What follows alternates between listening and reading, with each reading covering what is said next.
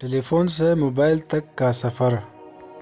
آج سے چند دہائیاں پہلے ٹیلی فون ایک لگژری کی حیثیت رکھتا تھا۔ پورے محلے میں ایک آدھ گھر میں ٹیلی فون ہوتا تھا، جہاں یہ سہولت ہوتی تھی کہ لوگ ارد گرد والے بھی اس نمبر کو دیکھ کر اپنی کال ریسیو کر سکتے تھے۔ پورے محلے نے وہ نمبر اپنے دور دراز کے رشتہ داروں اور دفاتر میں دے رکھا ہوتا تھا۔ آدھی رات کو بھی کسی کی کال آتی تو وہ فون والے گھر کے لوگ ماتھے پر شکن لائے بغیر پیغام دے آتے اور وہ آ کر اپنی کال سن لیتے۔ ٹیلی فون کی ڈائل کو عام طور پر لاک لگا کر رکھا جاتا تھا۔ شاذ و نادر ہی گھنٹی بجا کرتی اور جب یہ مبارک گھڑی آتی تمام گھر والے بھاگے جاتے تاکہ وہ پہلے ریسیور اٹھا سکے۔ وقت بدلا، ہر گھر میں پی ٹی سی ایل کا کنیکشن لگ گیا۔ لوگوں کی دلچسپی آہستہ آہستہ کنٹرول ہوتی گئی۔ پھر اس سہولت کو عاشقوں نے چوری چھپے استعمال کرنا شروع کیا۔ کال آفس کھل گئی اور لوگوں کو عشق کی ضرورت پوری ہونے لگی۔ وقت آگے بڑھا، پاکٹیل اور انسٹا فون نے موبائل سروس شروع کی۔ چونکہ کنیکشن کافی مہنگا ہوتا تھا اس لیے ایک مخصوص طبقہ اسے خرید پایا۔ پھر آہستہ آہستہ جب قیمتیں کم ہونے لگی تو دوسرے لوگوں نے بھی ہاتھ مارنا شروع کیا۔ اس وقت یہ S M S service technology پر میسر ہوا کرتی تھی، جو کہ آسان الفاظ میں اتنی ڈیجیٹل نہیں تھی۔ لوگوں نے شکایت کرنا شروع کی کہ ہر جگہ سگنل نہیں ملتی، کال کے دوران الفاظ کٹتے ہیں، انکمنگ کال نہیں، وغیرہ وغیرہ۔ پھر جی ایس ایم کا دور آیا اور موبیلنگ نے کام شروع کی۔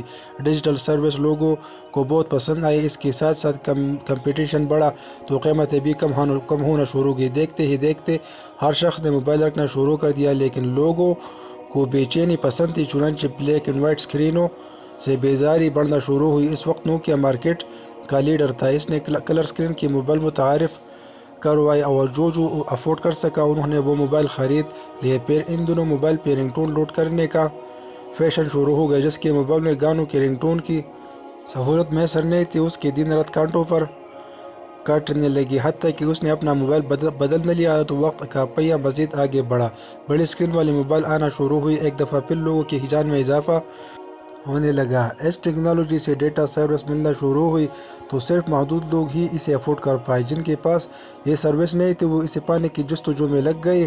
اس کے ساتھ ساتھ ایپل نے ٹچ اسکرین کا متعارف کروائی۔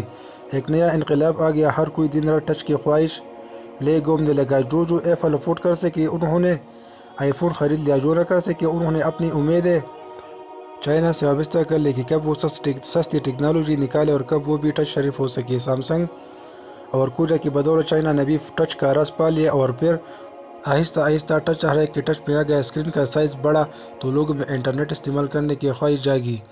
پھر ایچ ٹیکنالوجی ناکافی محسوس ہونے لگی۔ لوگ دن رات اس انتظار میں رہنے لگے کب 3G آئے گی اور کب وہ ہائی سپیڈ انٹرنیٹ کا شرف حاصل کر سکے گی۔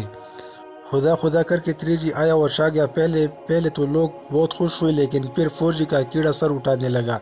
جس کے پاس 4G ڈیوائس تھی وہ خوش قسمت تصور کیا جانے لگا۔ آہستہ آہستہ لوگوں نے اپنے 3G ڈیوائسز کو بیچ کر 4G خرید لیا اور پھر ہائی سپیڈ انٹرنیٹ استعمال کر کے اپنی تمام محرومیوں کا بدلہ لینے لگ گئی۔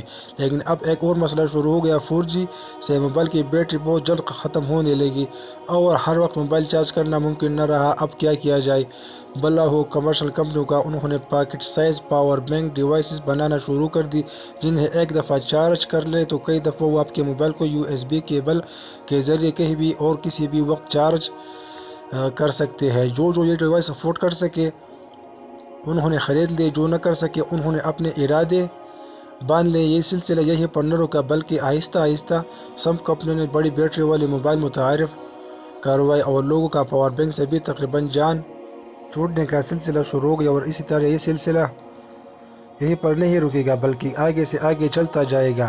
دوسری طرف اگر آپ دوسری مخلوق کا جائزہ لیں تو آپ دیکھیں کہ تو پرندے بھی پہلے صبح کے وقت اٹھتے تھے، دانہ پانی چگنے نکل جاتے تھے، سارا دن خوراک کی تلاش میں گزار کر واپس آتے تھے اور گہری نیند سو جاتے تھے۔ وہ پہلے بھی حمد و ثنا کرتے تھے اور اب بھی کرتے ہیں۔ ان کی زندگی میں فوجی نے کوئی ارتعاش پیدا نہیں کیا۔ مجھے کبھی کبھی ان پرندوں پر رشک آتا ہے جن کی زندگی میں سکون ہی سکون ہے، جن کے پاس اللہ کو یاد کرنے کا وقت ہے اور اپنے ساتھی پرندوں کے ساتھ گھومنے پھرنے کی عیاش بھی، جو دنیاوی احساس محرومی سے پاک ہے۔ ان کا راوی صحیح معنوں میں چین ہی چین لکھتا ہے۔